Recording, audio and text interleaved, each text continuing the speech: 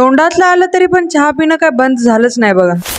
तर नमस्कार मित्रांनो आणि त्यांच्या मैत्रिणींनो, आज आहे आपला 100 दिवस 100 मिनी व्लॉगचा 8वा दिवस. सकाळी आमच्या आईसाहेबांनी केली होती आमच्यासाठी इडली. मग काय एक प्लेट मस्त इडली खाल्ली, सोबत आद्विकला पण दिली होती. पण त्या पोरानं त्या इडलीचा 3 तेरा 9 18 करून टाकला.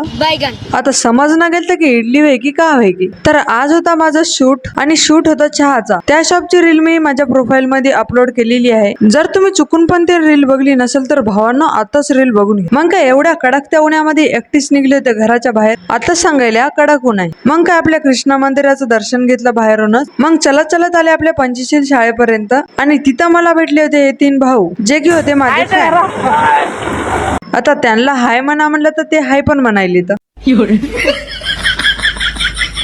माझं खरंच खूप तोंड आलं होतं. पण ते चहा पिल्यानंतर मला थोडा पण त्रास झाला नव्हता. आता वाटायला तर मला की रोजच चहा पियायला यावं म्हणून. इथं चहाचं शूट झाल्यानंतर मी आलते बस स्टॉपवर. तिथं माझी एक मैत्रीण आली होती. तिला घेऊन गेले मी तहसीलला दुसऱ्या मैत्रिणीला भेटायला. पहिले तुम्ही ते मेजर करा तहसील पासून बस स्टॉप किती दूर आहे त्या. आणि आम्ही पायानं चलत आल्या. तिथं पण लहान लेकरासारखं खेळायला होतं. मी खेळायला गेलते पण मैत्रिणीला लाज वाटू लागली होती.